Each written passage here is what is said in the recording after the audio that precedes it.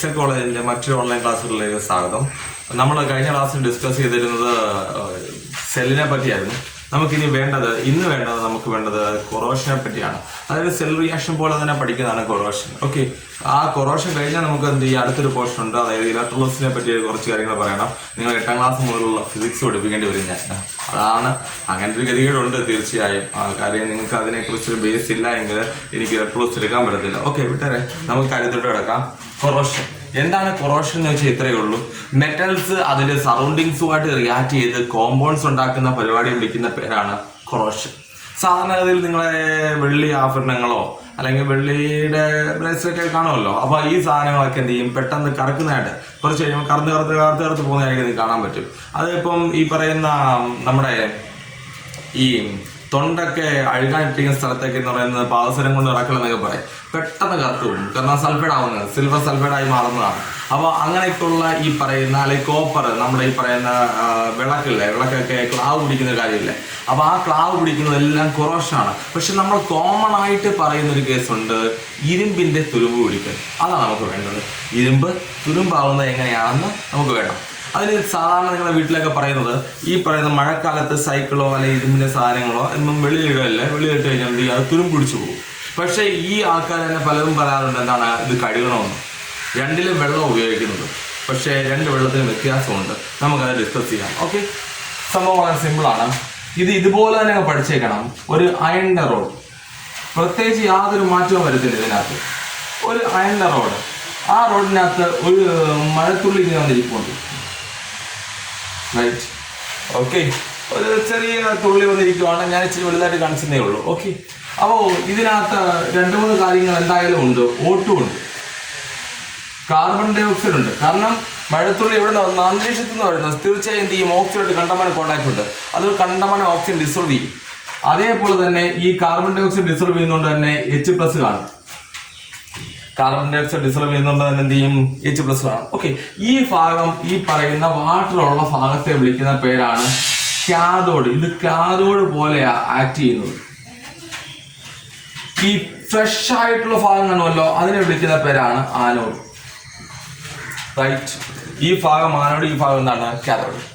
ശ്രദ്ധിച്ചിരുന്നോണം, ഇത് ആനോഡും ഇത് കാഥോഡുമായിട്ട് നിന്നിട്ട് ഇവിടെ ഒരു റിയാക്ഷൻ നടത്തും, ഇലക്ട്രോ കെമിക്കൽ റിയാക്ഷൻ നടത്തും. Like cell, electro chemical cell പോലെ റിയാക്ഷൻ നടക്കും. അത് നമുക്ക് വേണ്ടത് ഇത്രയേ ഉള്ളൂ, സിമ്പിളാണ്. ഇവിടുത്തെ അയൺ Fe2+ ആയിട്ട് അങ്ങ് മാറും, +2 ഇലക്ട്രോൺ. റൈറ്റ്, 2 Fe ആണെങ്കിലോ, 2 Fe2+ഉം അതേപോലെ തന്നെ എത്ര ഇലക്ട്രോൺ വരും, 4 ഇലക്ട്രോണും വരും. റൈറ്റ്, ഓക്കെ, ഈ 4 ഇലക്ട്രോൺ എന്തിനാ ഞാൻ ഇവിടെ എഴുതിയിരിക്കുന്നത് ഞാൻ കാരണം പറഞ്ഞുതരാം. ഓക്കെ, ദെൻ ഈ ഇലക്ട്രോൺ ഇതിനകത്തൂടെ കടന്ന് എന്ത് ചെയ്യും, ഇവിടെ വരും, ഈ പറയുന്ന കാഥോഡിന്റെ ഭാഗത്ത്. ദാറ്റ് മീൻസ് ഈ അയണിന്റെ അടുത്ത എൻഡിൽ വരും. ഓക്കെ, ഈ അടുത്ത എൻഡിൽ വരുമ്പോൾ ഈ പറയുന്ന O2 ഒരു വാട്ടറിനെയും കൂടെ പിടിച്ചിട്ട് +4 ഇലക്ട്രോൺ, 2 വാട്ടർ, 4 ഇലക്ട്രോൺ, 4 OH-. ഇത് നമ്മുടെ ഫ്യൂൽ സെല്ലിൽ നമ്മൾ പഠിച്ചതാ. ആനോഡ് റിയാക്ഷനായിട്ട്, കാഥോഡ് റിയാക്ഷനായിട്ട് പഠിച്ചതാണ് ഇത്. ഓക്കെ, ആ റിയാക്ഷൻ തന്നെ അന്നേരം ഞാൻ പറഞ്ഞായിരുന്നു ഈ റിയാക്ഷൻ ഇമ്പോർട്ടൻ്റ് ആണെന്ന്. ആ റിയാക്ഷൻ തന്നെ ഇവിടെ എഴുതുന്നത്. O2 + 2 H2O + 4 electron gives 4 OH-. ഇത് എങ്ങനെയാ വന്നതെന്ന് ഞാൻ കഴിഞ്ഞ വീഡിയോയ്ക്കകത്ത് പറഞ്ഞിട്ടുണ്ട്, നിങ്ങൾ നോക്കിയാൽ മതിയാകും. ഓക്കെ, ദെൻ അപ്പോൾ ഇതാണ് ഇവിടുത്തെ കാഥോഡ് റിയാക്ഷൻ. ഇതെന്താണ്, ആനോഡ് റിയാക്ഷൻ. നിങ്ങൾക്കറിയാം ആനോഡിൽ ഓക്സിഡേഷൻ നടക്കുവാണ്. സോ ഈ ആനോഡ് ഭാഗം, വെള്ളമില്ലാത്ത ഭാഗമാണ് കൊറോഡ് ചെയ്യുന്നത്. വെള്ളമുള്ള ഭാഗം എന്ത് ചെയ്യത്തില്ല, കൊറോഡ് ചെയ്യത്തില്ല. അത് പ്രൊട്ടക്റ്റഡ് ഏരിയ ആണ്. വെള്ളമില്ലാത്ത ഭാഗമായിരിക്കും എന്ത് ചെയ്യുന്നത്, കൊറോഷന് വിധേയമാകുന്നത്. ഈ Fe2+ വീണ്ടും എയർ ഓക്സിഡേഷൻ നടന്നിട്ട് Fe3+ ആവും. എയർ ഓക്സിഡേഷൻ നടന്നിട്ട് Fe3+ ആവും. ഇത് വീണ്ടും എന്ത് ചെയ്യും, ഓക്സിഡേഷൻ നടന്നിട്ട് Fe2O3 ആണ് +XH2O. Fe2O3 ഹൈഡ്രേറ്റഡ് ഫെറിക് ഓക്സൈഡിനെ വിളിക്കുന്ന പേരാണ് റസ്റ്റ്. അപ്പൊ ഞാൻ പറഞ്ഞു Fe2+ ഉണ്ടാവുന്നു, Fe2+ ആയിട്ട് മാറും. ഈ 4 ഇലക്ട്രോൺ എന്തുകൊണ്ട് എഴുതിയത്? ഇവിടെ കൺസ്യൂം ചെയ്ത 4 ഇലക്ട്രോൺ ആയതുകൊണ്ടാണ്. ഈ Fe2+ എന്ത് ചെയ്യും? Fe3+ ആയിട്ട് മാറും. കാരണം അത് എയർ ഓക്സിഡേഷനാണ്. അത് ഈ പറയുന്ന അറ്റ്മോസ്ഫിയർ എന്ത് ചെയ്യും? ഓക്സിഡൈസ് ചെയ്യും. പിന്നെ അത് എന്ത് ചെയ്യും? ഓക്സൈഡ് കമ്പൈൻ ചെയ്യും. ഓക്സൈഡ് കമ്പൈൻ ചെയ്യുമ്പോൾ എന്ത് ചെയ്യും? ഫെറിക് ഓക്സൈഡ് ഉണ്ടാവും. അതിന് കൂടെ എന്ത് ചെയ്യും? കുറച്ച് എന്ത് ചെയ്യും? വാട്ടറും കൂടെ എന്ത് ചെയ്യും? ഇൻകോർപ്പറേറ്റ് ചെയ്യും. അതിന് വിളിക്കുന്ന പേര് ഹൈഡ്രേറ്റഡ് ഫെറിക് ഓക്സൈഡ്. ഇതിനെ വിളിക്കുന്ന പേര് റസ്റ്റിംഗ് ഓഫ് അയൺ. റൈറ്റ്. ഈ ഭാഗം മാത്രമേ റെസ്റ്റ് ചെയ്യത്തുള്ളൂ, മറ്റൊരു ഭാഗവും റെസ്റ്റ് ചെയ്യത്തില്ല. ഈ പറയുന്ന സോഡിയം ക്ലോറൈഡോ അല്ലെങ്കിൽ ഏതെങ്കിലും ഒരു സാൾട്ടോ വല്ലതും ഉണ്ടെങ്കിൽ ഈ പറയുന്ന ഇലക്ട്രോണിന്റെ ഫ്ലോ കുറച്ചുകൂടി എൻഹാൻസ് ചെയ്യും. അങ്ങനെ എൻഹാൻസ് ചെയ്യുന്നത് കൊണ്ട് തന്നെ മെറ്റലിന്റെ കൊറോഷൻ കുറച്ചുകൂടെ ഫാസ്റ്റ് ആവും. അതുകൊണ്ട് ഉപ്പ് വെള്ളത്തിൽ കൊണ്ടുവന്നില്ലെന്ന് പറയുന്നത്. ഓക്കെ, ഉപ്പ് വെള്ളത്തിൽ കൊണ്ട് നിട്ട് കഴിഞ്ഞാൽ പെട്ടെന്ന് കൊറോഡ ചെയ്യും. കാരണം ഈ പരിപാടിയെല്ലാം പെട്ടെന്ന് നടക്കും. അതിന്റെ റേറ്റ് ഇൻക്രീസ് ചെയ്യും. അതുകൊണ്ടാണ് കൊണ്ടുവന്ന് വെക്കൽ എന്ന് പറയുന്നത്. ഓക്കെ, ഉപ്പ് ഈ പറയുന്ന കടലത്തിൽ വരുന്ന വണ്ടികളൊക്കെ നോക്കിയാൽ മതി, അതൊക്കെ പെട്ടെന്ന് തുരുമ്പുടിക്കും. ഓക്കെ, സോ അതാണ് കൊറോഷൻ. ഇനി കൊറോഷൻ പ്രിവെന്റ് ചെയ്യാനുള്ള മാർഗങ്ങളാണ് വേണ്ടത്. കൊറോഷൻ പ്രിവെന്റ് ചെയ്യാൻ സാധാരണഗതിയിൽ നിങ്ങൾ ഉപയോഗിക്കുന്ന മാർഗങ്ങൾ എന്ന് പറയുന്നത്, വീട്ടിലൊക്കെ സിമ്പിളായിട്ട് ചെയ്യുന്ന ഒരു പരിപാടി എന്ന് പറയുന്നത് ഇതാണ്. മണ്ണെണ്ണയോ അല്ലെങ്കിൽ ഏതെങ്കിലും ഗ്രീസോ, അപ്പം ഏതെങ്കിലും ഒരു നോൺ അക്വസ് സോൾവെന്റ് ഉപയോഗിക്കുന്നത് നല്ലതായിരിക്കും. ദാറ്റ് മീൻസ് വാട്ടർ അല്ലെങ്കിൽ വാട്ടർ റിപ്പല്ലൻ്റ് ആയിട്ടുള്ള ഏതെങ്കിലും സോൾവെന്റ് നിങ്ങൾ ഉപയോഗിക്കുക. ഇപ്പം മണ്ണെണ്ണയാണെങ്കിൽ വെള്ളത്തിന് ചെയ്യാൻ പറ്റത്തില്ല, പറ്റി പിടിക്കാൻ പറ്റത്തില്ല. വെള്ളമില്ലെങ്കിൽ ഈ പരിപാടി നടക്കത്തില്ല, പ്രത്യേകിച്ച് മഴവെള്ളം. അതുകൊണ്ടാണ് മഴവെള്ളത്തിൽ കൊണ്ടുവന്ന് വെക്കൽ എന്ന് പറയുന്നത്. സാധാ വെള്ളത്തിൽ കൊണ്ടുവന്ന് വെച്ചാലും കുഴപ്പമില്ല. എവിടെ കൊണ്ട് വെക്കലെന്ന്? മഴവെള്ളത്തിൽ കൊണ്ട് വെച്ചാൽ അതിൻ്റെ റേറ്റ്, കൊറോഷൻ റേറ്റ് വളരെ ഫാസ്റ്റ് ആവും. അതുകൊണ്ടാണ് മഴവെള്ളത്തിൽ കൊണ്ടുവന്ന് വെക്കൽ എന്ന് പറയുന്നത്. ഓക്കെ, സോ ഈ പറയുന്ന വെള്ളം പറ്റാത്ത രീതിയിൽ നമ്മൾ എന്തെങ്കിലും ചെയ്ത കൊറോഷൻ പ്രിവെന്റ് ചെയ്യാം. ഇപ്പം നമ്മൾ എന്ത് ചെയ്യുന്നു? ഈ മണ്ണെണ്ണ അല്ലെങ്കിൽ എണ്ണ, ഏതെങ്കിലും എണ്ണ, അല്ലെങ്കിൽ ഗ്രീസിങ് നല്ലൊരു വിലയാണ്. ഓക്കെ, അല്ലെങ്കിൽ പെയിന്റ് എന്ന് പറയുന്നത് എന്താണ്? വെള്ളമായിട്ട് കോണ്ടാക്ട് വരുന്നില്ല, മെറ്റൽ കോണ്ടാക്ട് വരുന്നില്ല. അങ്ങനെ ആക്കിയാൽ മാത്രമേ ഇതുള്ളൂ കൊറോഷൻ ചെയ്യാൻ പറ്റുള്ളൂ, പ്രിവെന്റ് ചെയ്യാൻ പറ്റത്തുള്ളൂ. വെള്ളമായിട്ട് കോണ്ടാക്ട് വന്ന ആ സാധനം അന്നേരം കൊറോഡ് ചെയ്യാൻ തുടങ്ങും. അപ്പോൾ വെള്ളമായിട്ട് കോണ്ടാക്ട് ചെയ്യാതിരിക്കാൻ അടുത്ത മെത്തേഡ് എന്തായിരുന്നു? പെയിന്റ് ചെയ്യുക. മറ്റൊരു മാർഗമാണ് ഇലക്ട്രോപ്ലേറ്റിംഗ്, പൂശുക. അതായത് മോർ റിയാക്റ്റീവ് ആയിട്ടുള്ള മെറ്റലിന്റെ തൊട്ട് മുകളിലോട്ട് ലെസ് റിയാക്റ്റീവ് ആയിട്ടുള്ള മെറ്റൽ എന്ത് ചെയ്യുക? കോട്ട് ചെയ്യുക.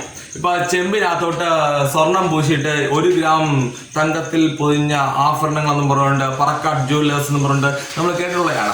അപ്പം ഈ പറയുന്ന പരിപാടി എന്ന് വെച്ചാൽ ഇലക്ട്രോപ്ലേറ്റിംഗ് ആണ്. ഇലക്ട്രോപ്ലേറ്റിംഗ് ഒരു ലെസ് റിയാക്റ്റീവ് ആയിട്ടുള്ള, മോർ റിയാക്റ്റീവ് ആയിട്ടുള്ള മെറ്റലിനെ പുറത്തോട്ട് ലെസ് റിയാക്റ്റീവ് ആയിട്ടുള്ള മെറ്റലെ കോട്ട് ചെയ്യുന്നതിനെ വിളിക്കുന്ന പേരാണ് ഇലക്ട്രോപ്ലേറ്റിംഗ്. ഓക്കെ, നമ്മുടെ ഈ ആഭരണങ്ങളൊക്കെ അങ്ങനെയാണ്. ഈ 1 ഗ്രാം തങ്കത്തിൽ പൊതിഞ്ഞ സ്വർണ്ണാഭരണങ്ങൾ എന്ന് പറയുമ്പോൾ വരുന്ന സാധനങ്ങളെല്ലാം അങ്ങനെയാണ് വരുന്നത്. ഓക്കെ, സോ മൂന്നാമത്തെ മാർഗമാണ് എന്താണ്? ഇലക്ട്രോപ്ലേറ്റിംഗ്.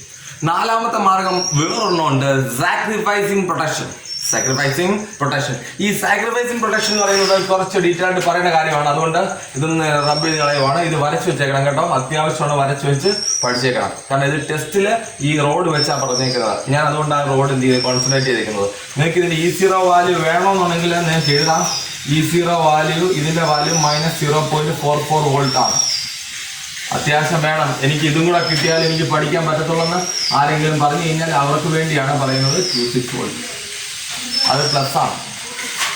ഇത്രയേ ഉള്ളൂ, സിമ്പിളാണ്. റബ്ബ് ചെയ്യുവാണ്, പോസ്റ്റ് ചെയ്ത് കണ്ടാൽ മതി, കുഴപ്പമില്ല. സാക്രിഫൈസിങ് പ്രൊട്ടക്ഷൻ ആണ് പറയാൻ പോകുന്നത്. സാക്രിഫൈസിങ് പ്രൊട്ടക്ഷൻ നോക്കിയിരിക്കുക. നമ്മുടെ ഈ ജപ്പാൻ കുടിവെള്ള പദ്ധതി, അതേപോലെ തന്നെ നമ്മുടെ ഈ BSNLിലേക്ക് പോസ്റ്റല്ല, ആ പോസ്റ്റൊക്കെ എന്ന് പറയുന്നത് ഒരു കാരണവശാലും തുരുമ്പ് പിടിക്കത്തില്ല. ജസ്റ്റ് ഒരു ചെറിയൊരു കോട്ടിങ് വരുന്നേ അല്ലാതെ കാര്യമായി തുരുമ്പ് പിടിച്ച് അത് നശിച്ചു പോകത്തില്ല. അതെന്താണെന്നാണ് ഞാൻ പറയുന്നത്. ഓക്കെ, ഇപ്പോൾ ഈ വാക്കിന് ഒരുപാട് അർത്ഥങ്ങൾ ഉണ്ടായതുകൊണ്ട് തന്നെ, ഇപ്പോൾ ഉപയോഗിക്കുന്നത് കൊണ്ട് തന്നെ നിങ്ങൾക്ക് പെട്ടെന്ന് മനസ്സിലാവും. ഈ ജപ്പാൻ കുടിവെള്ള പദ്ധതി ഇല്ല. ജപ്പാൻ കുടിവെള്ള പദ്ധതി എന്ന് വെച്ചാൽ ജപ്പാനിൽ നിന്ന് വെള്ളം ഇങ്ങോട്ട് കയറ്റി അയക്കൊന്നുമല്ല. നേരെ മറിച്ച് ജപ്പാന്റെ സാമ്പത്തിക സഹായം മേടിച്ചെന്ത് ചെയ്യും, നമ്മൾ പൈപ്പ് ലൈൻ ഇടുന്നു, അത്രയേ ഉള്ളൂ. അല്ല വേറെ കാര്യമൊന്നുമില്ല. സോ ഈ പറയുന്ന അയൺ ട്യൂബ് പെട്ടെന്ന് നിങ്ങൾ പാലത്തിലേക്കൂടെ പോകുമ്പോൾ സൈഡ് നോക്കിയാൽ ഈ അയൺ ട്യൂബ് ഒന്നും കാണാൻ പറ്റും. ഓക്കെ, സോ ഈ അയൺ ട്യൂബ് കൊറോഡ് ചെയ്യത്തില്ല. എന്താ കൊറോഡ് ചെയ്യാത്തത്? അതേപോലെ തന്നെ BSNLിന്റെ അയൺ പോസ്റ്റ് ഉണ്ട്. ആ പോസ്റ്റ് എന്ത് ചെയ്യുന്നില്ല, തുരുമ്പ് പിടിക്കുന്നില്ല. എന്താ കാര്യം? അതിനൊരു പ്രധാനപ്പെട്ട കാര്യം സാക്രിഫൈസിങ് പ്രൊട്ടക്ഷൻ പറയുന്ന പരിപാടിയാണ്. അതായത് അയണിനെക്കാട്ടിലും മോർ റിയാക്റ്റീവ് ആയിട്ടുള്ള സിങ്കോ, ലെഡോ, ടിന്നോ ഇതിന്റെ അടിയിൽ കണക്ട് ചെയ്യും. ആരുമായിട്ട്? ഈ പറയുന്ന അയണുമായിട്ട് എന്ത് ചെയ്യും? കണക്ട് ചെയ്യും. അങ്ങനെ കണക്ട് ചെയ്യുമ്പോൾ സിങ്ക് എന്ത് ചെയ്യുന്നറിയാവോ? ഓക്സിഡൈസ് ചെയ്യും. നിങ്ങൾക്കറിയാം സിങ്കിന്റെ E0 വാല്യൂ പറ. E0 വാല്യൂ നിങ്ങൾക്കറിയാം, അവിടെ നിങ്ങൾ പറഞ്ഞോ -0.76 ആണ്. ആണോ? -0.76. ഇയാളെ എത്ര? -0.44 അയണിന്റെ. നിങ്ങൾക്കറിയാവുന്ന കാര്യമാണ് -0.76 കുറവും ഇതെന്താണ് കൂടുതലെന്ന്. ദാറ്റ് മീൻസ് ഇയാൾക്ക് റിഡക്ഷനും ഇയാൾക്ക് എന്തായിരിക്കും ഓക്സിഡേഷനും ആയിരിക്കും. ദാറ്റ് മീൻസ് ഇയാൾ ആനോഡായിട്ടും ഇയാൾ എന്ത് ചെയ്യും കാഥോഡായിട്ടും ആക്ട് ചെയ്യും. അങ്ങനെ ആകുമ്പോൾ ഇലക്ട്രോൺസ് എന്ത് ചെയ്യും ഇതേക്കൂടെ ഫ്ലോ ചെയ്ത് ഇവിടെ ഇലക്ട്രോൺ റിച്ച് ആവും. നിങ്ങൾക്കറിയാം ആനോഡിന്റെ ഭാഗം മാത്രമേ എന്ത് ചെയ്യത്തുള്ളൂ കൊറോഷനും വിധേയമാകത്തുള്ളൂ. ഈ സിങ്ക് ഇവിടെ ഇരിക്കുന്നിടത്തോളം കാലം ഈ അയൺ എന്ത് ചെയ്യത്തില്ല കൊറോഡ് ചെയ്യത്തില്ല. റൈറ്റ്. ഓക്കെ. സിങ്ക് ഇരിക്കുന്നിടത്തോളം കാലം എന്ത് ചെയ്യത്തില്ല അയൺ എന്ത് ചെയ്യത്തില്ല കൊറോഡ് ചെയ്യത്തില്ല. എന്താ കാര്യം? സിങ്ക് നശിച്ചുകൊണ്ടിരിക്കുകയാണ്. അങ്ങനെ ആവുമ്പോൾ ഇലക്ട്രോൺസ് എന്ത് ചെയ്യും കിട്ടിക്കൊണ്ടേ ഇരിക്കും. അതുകൊണ്ടാണ് നമ്മുടെ ഈ പറയുന്ന BSNL പോസ്റ്റോ അല്ലെങ്കിൽ ഈ പറയുന്ന നമ്മുടെ അയൺ ട്യൂബോ ഒന്നും എന്ത് ചെയ്യാത്തത് കൊറോഡ് ചെയ്ത് പോകാത്തത്. കാരണം അതുമായിട്ട് ബന്ധപ്പെട്ട് താഴെ സിങ്ക് വെച്ചിട്ടുണ്ടായിരിക്കും, എവിടെയെങ്കിലുമൊക്കെ സിങ്ക് കണക്ട് ചെയ്ത് വെച്ചിട്ടുണ്ടായിരിക്കും. ഓക്കെ. ആ സിങ്ക് തീരുന്ന കാലത്തോളം എന്ത് ചെയ്യത്തില്ല അത് നശിക്കത്തില്ല. അത് തന്നെയാണ് നമ്മുടെ പട്ടാളക്കാരുടെ അവസ്ഥയും. പട്ടാളക്കാർ ചാവുന്നിടത്തോളം കാലം നമുക്കിവിടെ സേഫായിട്ട് ജീവിക്കാം. ചത്തു കഴിഞ്ഞാൽ നമുക്കും പണി വീഴും. ഓക്കെ. ദെൻ അപ്പോൾ അത്രയേ ഉള്ളൂ പ്രൊട്ടക്ഷൻ. കൊറോഷന്റെ ഇതേ ഉള്ളൂ പ്രൊട്ടക്ഷൻ, അത്രയേ ഉള്ളൂ. ആ മാർഗം അത്രയേ ഉള്ളൂ. ദെൻ അടുത്ത നമുക്ക് വേണ്ടത് കുറച്ച് കാര്യങ്ങളാണ്. നമുക്കിനി ഇലക്ട്രോലൈറ്റ്സിനെ പറ്റിയും സൊല്യൂഷനകത്തുള്ള അയോൺസിനെ പറ്റിയൊക്കെ നമുക്ക് സ്റ്റഡി ചെയ്യേണ്ടത്. അതിന് മുമ്പ് നമുക്ക് ഫിസിക്സിലെ കുറച്ച് കാര്യങ്ങൾ വേണം. ഓക്കെ. ആദ്യം വേണ്ടത് എനിക്ക് റെസിസ്റ്റൻസ് ആണ്. What you mean by resistance എന്ന് ചോദിച്ചാൽ നിങ്ങൾ എന്ത് പറയും? അവിടെ നിന്ന് പറഞ്ഞ് എന്തോ റെസിസ്റ്റൻസ് എന്ന് ഇപ്പൊ പറയും. ദെൻ നിങ്ങൾക്കറിയാം, ഞാൻ ഓംസ് ലോ ഒന്ന് പറഞ്ഞേക്കാം. V proportional to I. Potential difference കൂടും തോറും ഒഴുക്ക് കൂടും, അത്രയേ ഉള്ളൂ. റൈറ്റ്. വേറൊന്നുമില്ല. V is equal to Ri, where R is the proportionality constant called resistance. Right? Okay. V by I is equal to R. R എന്ന് പറയുന്നത് എന്താണ്? V by I ആണ്. V by I മീൻസ് എന്താണ്? വോൾട്ടേജിന്റെയും കറണ്ടിന്റെയും ratio ആണ് ആര്? R. Resistance. Okay. Then resistance means the resistive flow എന്ന് വെച്ചാൽ എന്ത് ചെയ്യുന്നു? ഇലക്ട്രോണിന്റെ ഫ്ലോയെ തടയുന്നു. അത് മാത്രം പറഞ്ഞാൽ പോരാ. ഡിഫൈൻ ചെയ്യണമെന്ന് വെച്ചാൽ it is the ratio of voltage and current. Okay. ഇതിന് യൂണിറ്റ് എന്ന് പറയുന്നത് ഓം ആണ്. ഓം OHM ആണ്. ഓക്കെ. OHM ആണ് ഓം. നിങ്ങൾക്ക് മറ്റൊരു കാര്യം അറിയാം. റെസിസ്റ്റൻസ് എന്ന് പറയുന്നത് ലെങ്തിന് ഡയറക്ട്ലി പ്രപ്പോർഷനും ഏരിയ ക്രോസ് സെക്ഷന് ഇൻവേഴ്സ്ലി പ്രപ്പോർഷനും ആണ്. അത് ഞങ്ങൾക്ക് അറിയത്തില്ലെങ്കിൽ ഇയാൾ എന്ത് ചെയ്യും? അങ്ങനെ ചോദ്യം ഉണ്ടാവുമല്ലോ. തീർച്ചയായും നിങ്ങളുടെ വീട്ടിൽ ഈ പൈപ്പിൽ നിന്ന് വെള്ളം എടുക്കണമെന്ന് വെച്ചു. പൈപ്പിൽ നിന്ന് വെള്ളം എടുക്കുമ്പോൾ നിങ്ങളുടെ വീട്ടിലെ ചെടിക്ക് വെള്ളം ഒഴിക്കുന്നു. നിങ്ങളുടെ വീട്ടിൽ നിന്ന് സ്കൂളിലോട്ട് ഒരു പൈപ്പ് ഇട്ടിട്ട് എന്ത് ചെയ്യുന്നു? ഒരു ഓസ് ഇട്ടിട്ട് ആ സ്കൂളിലെ ചെടിക്ക് വെള്ളം ഒഴിക്കുന്നു. എവിടായിരിക്കും പെട്ടെന്ന് വെള്ളം ചെല്ലുന്നത്? തീർച്ചയായും നിങ്ങളുടെ വീട്ടിലെ ചെടിക്കായിരിക്കും പെട്ടെന്ന് വെള്ളം ചെല്ലുന്നത്. നിങ്ങളുടെ സ്കൂളിലോട്ടുള്ള ആ പൈപ്പ് തീർച്ചയായും പൈപ്പിൽ വെള്ളം എത്താൻ കുറേ ടൈം എടുക്കും. കാരണം ലെങ്ത് കൂടും തോറും റെസിസ്റ്റൻസ് കൂടും. വെള്ളത്തിന്റെ ഒഴുക്കിന് എന്ത് ചെയ്യും? അത് അഫക്റ്റ് ചെയ്യും. അതേപോലെ തന്നെ ഇലക്ട്രിസിറ്റി അതുപോലെ തന്നെയാണ്. ആ ഇലക്ട്രിസിറ്റി പോകുന്ന കണ്ടക്ടറിന്റെ ലെങ്ത് കൂടും തോറും അതിന്റെ റെസിസ്റ്റൻസ് എന്ത് ചെയ്യും? ഇൻക്രീസ് ചെയ്യും. ഓക്കെ. അതുകൊണ്ട് ഇടയ്ക്കിടയ്ക്ക് നിങ്ങൾ പണ്ട് പഠിച്ചാണ് സ്റ്റെപ്പ് അപ്പ് ട്രാൻസ്ഫോമർ കൊണ്ടുവെക്കും. കാര്യം ഇത് പോകുമ്പോൾ എന്ത് ചെയ്യും? ഇതിന്റെ വോൾട്ടേജ് കുറയും, ഇതിന്റെ കറണ്ടിന്റെ ഇന്റൻസിറ്റി കുറയും. അതുകൊണ്ട് എന്ത് ചെയ്യും? സ്റ്റെപ്പ് അപ്പ് ചെയ്യണം. സ്റ്റെപ്പ് അപ്പ് ട്രാൻസ്ഫോമർ ഇടയ്ക്കിടയ്ക്ക് വെക്കുന്നത് അതുകൊണ്ടാണ്. ഓക്കെ. സർക്യൂട്ടുകളിൽ നിങ്ങൾ ഈ പറയുന്ന നമ്മുടെ KS ഇവിടെ സർക്യൂട്ടുകളിലെല്ലാം ഇടയ്ക്കിടയ്ക്ക് എന്തുകൊണ്ട്? സ്റ്റെപ്പ് അപ്പ് ഉണ്ട്. എന്താ കാര്യം? പ്രസരണ നഷ്ടം എന്ന് പറയും. അത് കുറയ്ക്കാൻ വേണ്ടി കൊണ്ടുവന്ന് വെക്കുന്ന സാധനമാണ്. അപ്പൊ ലെങ്ത് കൂടും തോറും, ലെങ്ത് ഇൻക്രീസ് ചെയ്യും തോറും എന്ത് ചെയ്യും? ഈ പറയുന്ന റെസിസ്റ്റൻസ് എന്ത് ചെയ്യും? ഇൻക്രീസ് ചെയ്യും. സോ ലെങ്തിന് ഡയറക്ട്ലി പ്രൊപ്പോർഷണൽ എന്ത്? നമ്മുടെ റെസിസ്റ്റൻസ്. അത് കൂടാതെ നമ്മുടെ ചെറിയ പൈപ്പിലൂടെയാണ് വെള്ളം ഒഴിക്കുന്നത് വെച്ചോ, തീർച്ചയായും വെള്ളം പോകാൻ ചെറിയ ബുദ്ധിമുട്ടുണ്ട്. നല്ല ഫോഴ്സിൽ വരും. പക്ഷെ വെള്ളം എന്ത് ചെയ്യത്തില്ല? കൂടുതൽ വരില്ല. ഫോഴ്സ് കൂടുന്നതേ ഉള്ളൂ, വെള്ളം കൂടുതൽ വരും. നിങ്ങൾക്ക് അമക്കി പിടിച്ചാലും അറിയാം, ഫോഴ്സ് കൂടുതൽ വരും. പക്ഷെ എന്ത് ചെയ്യത്തില്ല? വെള്ളം കൂടുതൽ വരത്തില്ല. നേരെ മറിച്ച് വലിയ പൈപ്പാണെങ്കിലോ വെള്ളം വളരെ വേഗം പോകും. അതേപോലെ തന്നെ ഈ കണ്ടക്ടറിന്റെ ഏരിയ കൂടും തോറും എന്ത് ചെയ്യും? അതിന്റെ ഈ പറയുന്ന കറണ്ടിന്റെ മൂവ്മെന്റ് വളരെ ഫാസ്റ്റ് ആകും. ദാറ്റ് മീൻസ് റെസിസ്റ്റൻസ് കുറയും. സോ ആ proportional to L and inverse proportional to A. R is equal to or rho into L by A. R is equal to rho into L by A. Where rho is called resistivity. മറ്റൊരു പേരുണ്ട് specific resistance. പേരെന്താ വന്നതെന്ന് ഞാൻ പറഞ്ഞുതരാം. Specific resistance.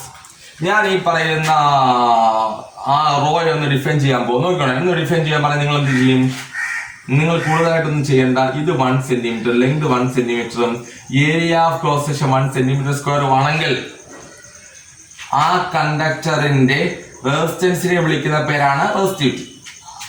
Length 1 സെന്റിമീറ്ററും area cross section 1 centimetre square ആണെങ്കിൽ ആ കണ്ടക്ടറിന്റെ റെസിസ്റ്റൻസിനെ വിളിക്കുന്ന പേരാണ് റെസിസ്റ്റിവിറ്റി. റൈറ്റ്? അല്ലെ ഞാൻ ഒന്നും കൂടെ ഒന്ന് മോഡിഫൈ ചെയ്തോട്ടെ, ഒരു ചെറിയ മോഡിഫിക്കേഷൻ നടത്തിക്കോട്ടെ. യൂണിറ്റ് വോളിയം കണ്ടക്ടറിന്റെ 1 സെന്റിമീറ്റർ ലെങ്തും 1 centimetre square area cross section വന്നാൽ അത് എന്തായി? വോളിയം ആയല്ലോ. 1 സെന്റിമീറ്റർ ക്യൂബ് അല്ലെങ്കിൽ 1 മീറ്റർ ക്യൂബ്. അതായത് യൂണിറ്റ് വോളിയത്തിലുള്ള കണ്ടക്ടറിന്റെ റെസിസ്റ്റൻസിനെ വിളിക്കുന്ന പേരാണ് റെസിസ്റ്റിവിറ്റി. കിട്ടിയേ? സംശയമൊന്നുമില്ലേ? ഇതിന്റെ യൂണിറ്റ് ഒന്ന് വേണം. യൂണിറ്റ് വേണമെങ്കിൽ എന്ത് ചെയ്യണം? ഇത് ഇങ്ങോട്ട് വന്നാൽ മതി. ഈ സാധനങ്ങളെ പറക്കിഞ്ഞു വെക്ക്. R into A divided by L is equal to rho. അപ്പൊ യൂണിറ്റ് എന്തൊക്കെ വരും? ഓം മീറ്റർ സ്ക്വയർ. ഓം ഉണ്ട്, മീറ്റർ സ്ക്വയർ ഉണ്ട്, താഴെ ഒരു മീറ്റർ ഉണ്ട്. അങ്ങനെ ആകുമ്പോൾ ഇതും വെട്ടിപ്പോകും. എന്ത് കിട്ടും? ഓം മീറ്റർ. കാണാൻ പഠിക്കേണ്ട കാര്യമില്ല, ഇതൊക്കെ ചെയ്ത് നോക്കാവുന്നേ ഉള്ളൂ. പെട്ടെന്ന് കിട്ടുകയും ചെയ്യും. ഓം മീറ്റർ. ഓക്കെ, സോ അവിടെ നിർത്തി ചെയ്യില്ല, ഇതിപ്പുറത്ത് കൊണ്ടുവന്നിട്ടാണ് ചെയ്യേണ്ടത്. Okay, conductance G is equal to 1 by R. നിങ്ങൾക്കറിയാമോ? കണ്ടക്ടൻസ് എന്ന് വെച്ചാൽ ഓപ്പോസിറ്റ്. കണ്ടക്ടൻസ് വെച്ചാൽ എന്താണ്? ഈസി ടു ഫ്ലോ ആണ്. ഈസി ടു ഫ്ലോ എന്നും മാത്രം ഈസി ആയിട്ട് ഫ്ലോ ചെയ്യുന്നു, അതാണ്. ഓക്കെ, ദെൻ അപ്പോൾ അത് ആർക്ക്? നേരത്തെ പറഞ്ഞ റെസിസ്റ്റൻസ് എന്തായിരിക്കും? റെസിപ്രോക്കൽ ആകണമല്ലോ. So G is equal to 1 by R. അപ്പോൾ യൂണിറ്റ് എന്തായിരിക്കും? യൂണിറ്റ് നിങ്ങൾ പഠിച്ചതാ. യൂണിറ്റ് എന്തായിരിക്കും?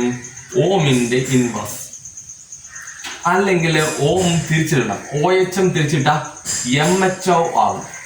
മോ O or mo or ohm inverse or mo or Siemen. അങ്ങനെയും ഒരു യൂണിറ്റ് ഉണ്ട്, സീമൻ. അതും പറയാറുണ്ട്. ഓം ഇൻവേഴ്സ്, മോ ഓർ സീമൻ. റൈറ്റ്? ഓക്കെ, അങ്ങനെയാണെങ്കിൽ റെസിസ്റ്റൻസ് കണ്ടക്ടൻസിന്റെ റെസിപ്രോക്കൽ ആണ്. റെസിസ്റ്റൻസിന്റെ റെസിപ്രോക്കൽ ആണ് കണ്ടക്ടൻസ്. അങ്ങനെ ആവുമ്പോൾ കണ്ടക്ടിവിറ്റിയുടെ റെസിപ്രോക്കൽ നോക്കാം. അതായത് കണ്ടക്ടൻസിന്റെ റെസിപ്രോക്കൽ, റെസിസ്റ്റിവിറ്റിയുടെ റെസിപ്രോക്കൽ നോക്കാം. അതിനെ നമ്മൾ വിളിക്കുന്ന പേര് കണ്ടക്ടിവിറ്റി എന്നാണ്. റെസിസ്റ്റൻസിന്റെ റെസിപ്രോക്കൽ വിളിക്കുന്ന പേര് conductance.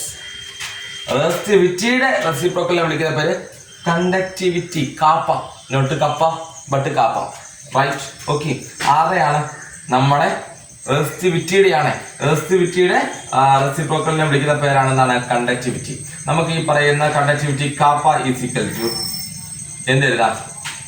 KAAPA is equal to റോയുടെ വാല്യൂ എന്ന് എഴുതി വെക്കാം. എന്താണ് റോയുടെ വാല്യൂ? എന്താണ്? R into A by L ആണ്. റോയുടെ വാല്യൂ ഇങ്ങോട്ട് സബ്സ്റ്റിറ്റ്യൂട്ട് ചെയ്യാം. 1 by R into A by L. Right? Okay, അങ്ങനെ ആകുമ്പോൾ kappa is equal to 1 by R into L by A. 1 by R into L by A ആണ്. 1 by R into L by A ആണ് എന്ത്? KAAPA. Unit എന്ന് പറയാവോ പെട്ടെന്ന്? Ohm inverse, താഴെ metre square കിടക്കുന്നത്. ഓം ഇൻവേഴ്സ് മീറ്റർ ഇൻവേഴ്സ്, ഇതാ unit. Ohm inverse metre inverse. എല്ലാം കൂടി ഒരുമിച്ച് പറയാൻ കാരണം നിങ്ങൾക്ക് അറിയാവുന്ന കാര്യമായതുകൊണ്ടാണ് എല്ലാം കൂടി ഒരുമിച്ച് പറഞ്ഞേക്കുന്നത്. Ohm inverse metre inverse. അപ്പം പറഞ്ഞ ക്വാണ്ടിറ്റികൾ ഞാൻ ഒന്നും കൂടെ പറയാം. ആരൊക്കെയാണ്? 1 resistance, 2 conductance, 3 conductivity, 4 resistivity. Specific resistance. Conductivity specific conductance എന്നും പറയാറുണ്ട്. സ്പെസിഫിക് കണ്ടക്ടൻസ് ഇതും ഡിഫൈൻ ചെയ്യാം. യൂണിറ്റ് ലെങ്തും യൂണിറ്റ് ലെങ്തും യൂണിറ്റ് ഏരിയ ക്രോസ് സെക്ഷനും ഉള്ള കണ്ടക്ടറിന്റെ എന്താണ് കണ്ടക്ടൻസിനെ വിളിക്കുന്ന പേരാ. ഈ 1/r എന്ന് വെച്ചാൽ ജി അല്ലേ, കണ്ടക്ടൻസിനെ വിളിക്കുന്ന പേരാണ് എന്ത് കണ്ടക്ടിവിറ്റി. ആരൊക്കെയാ? യൂണിറ്റ് ലെങ്തും യൂണിറ്റ് ഏരിയ ക്രോസ് സെക്ഷനും ഉള്ള കണ്ടക്ടറിന്റെ എന്ത് 1/r എന്ന് വെച്ചാൽ ആരാ? 1/r ജിയെ വിളിക്കുന്ന പേരാണ് എന്ത് കണ്ടക്ടിവിറ്റി. Right, okay.